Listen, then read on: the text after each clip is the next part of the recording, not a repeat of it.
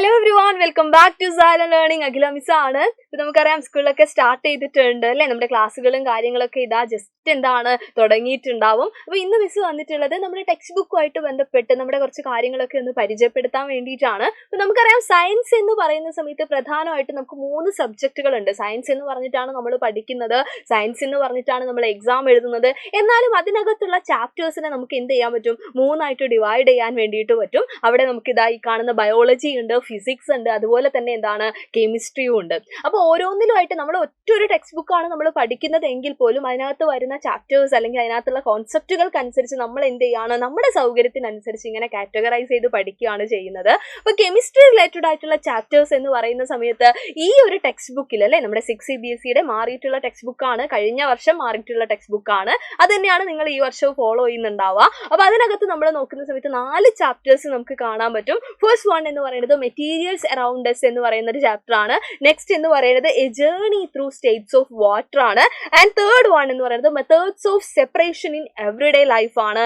And finally നമ്മുടെ എന്താണ് natural structure അല്ലെ. ഈ 4 ചാപ്റ്റേഴ്സും എന്താണ് കെമിസ്ട്രിയുടെ കീഴിൽ നമുക്ക് പഠിക്കാനുള്ളതാണ്. അപ്പൊ കെമിസ്ട്രി എന്ന് പറഞ്ഞുകൊണ്ട് ആവണം എന്നില്ല, ചിലപ്പോൾ നിങ്ങൾ സ്കൂളിൽ ഇത് പഠിക്കുന്നുണ്ടാവുക. പക്ഷെ ഇതിനകത്ത് വരുന്ന ഒരുപാട് കോൺസെപ്റ്റുകളും കാര്യങ്ങളും ഒക്കെ എന്താണ് നമ്മുടെ സയൻസിൽ കെമിസ്ട്രി റിലേറ്റഡ് ആണ്. അതുകൊണ്ട് തന്നെ ആ ഒരു രീതിയിലാണ് നമ്മൾ ഇതിനെ എന്ത് ചെയ്യുന്നത്, അപ്രോച്ച് ചെയ്യുന്നത്.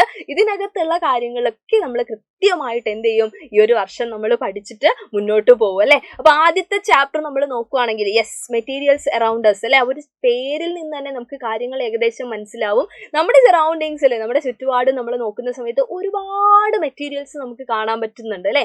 ആ മെറ്റീരിയൽസിന്റെ ഒക്കെ ഒരു ക്ലാസിഫിക്കേഷനും കാര്യങ്ങളും ഒക്കെ ഈ ഒരു ചാപ്റ്ററിൽ നമ്മൾ കൃത്യമായിട്ട് പഠിക്കും. ഇപ്പൊ ക്ലാസിഫിക്കേഷൻ എന്ന് പറയുന്ന സമയത്ത് എന്തിന്റെ ബേസിലാണ് ഈ ക്ലാസിഫിക്കേഷൻ നടന്നിരിക്കുന്നത്, അതുപോലെ തന്നെ ഒറ്റ ക്ലാസിഫിക്കേഷൻ മാത്രമല്ല നമ്മൾ ഇവിടെ പഠിക്കുക അല്ലെ, ഡിഫറെന്റ് ക്ലാസിഫിക്കേഷൻസ് നമ്മൾ പഠിക്കും. അപ്പോൾ ഓരോ എന്താണ് ഡിഫറെന്റ് ആയിട്ടുള്ള പ്രോപ്പർട്ടീസും ഈ ഒരു ചാപ്റ്ററിന്റെ ഒരു പ്രത്യേകതയാണ്. അപ്പൊ ഈ മെറ്റീരിയൽസിനെ പറ്റിയും നേരത്തെ നമ്മൾ പറഞ്ഞ പോലെ ഈ ക്ലാസിഫിക്കേഷനെ പറ്റിയൊക്കെ വളരെ ഡീറ്റെയിൽ ആയിട്ട് തന്നെ ഈ ഒരു ചാപ്റ്ററിൽ നമുക്ക് പഠിക്കാനുണ്ട്. അത് കൃത്യമായിട്ട് പഠിച്ചാൽ ഇതിനകത്ത് നമുക്ക് ഒരുപാട് മാച്ച് ദ ഫോളോയിങ് ആയിട്ടും ഫില്ലിംഗ് ദ ബ്ലാങ്ക്സ് ആയിട്ടൊക്കെ ഇഷ്ടം പോലെ ക്വസ്റ്റ്യൻസ് വരുന്ന ഒരു ചാപ്റ്റർ ആണിത്. അപ്പൊ അത് കൃത്യമായിട്ട് അതേ ഇമ്പോർട്ടൻസ് കൊടുത്ത് നമ്മൾ എന്ത് ചെയ്യും, ഈ ഒരു ചാപ്റ്റർ നമ്മൾ ഈ ഒരു വർഷം പഠിക്കുന്നുണ്ട് അല്ലെ.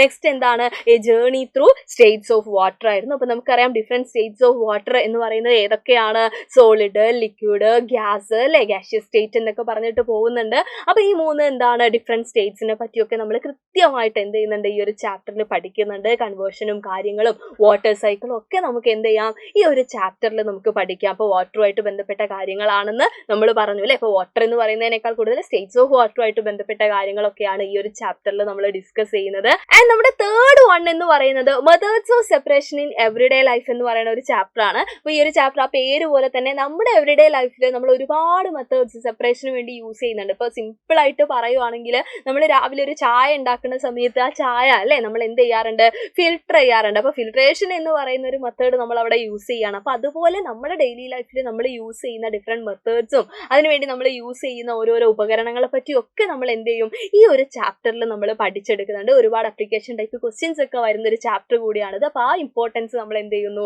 ഈ ഒരു ചാപ്റ്ററിൽ നമ്മൾ കൊടുക്കുന്നുണ്ട്.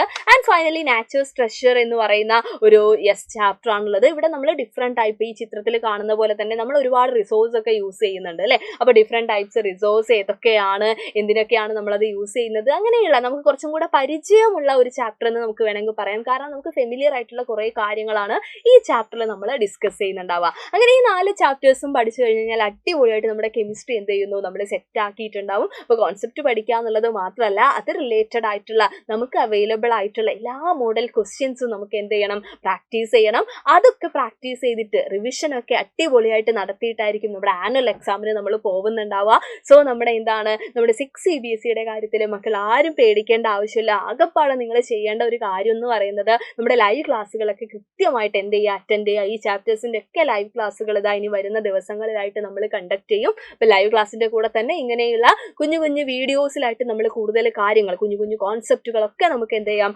പഠിച്ച് സെറ്റാക്കാം. അപ്പോൾ തൽക്കാലത്തേക്ക് മിസ് വൈൻഡപ്പ് ചെയ്യുകയാണ്. നമ്മുടെ ക്ലാസ്സുകളിൽ നമുക്ക് വീണ്ടും കണ്ടുമുട്ടാം. Thank you so much and by.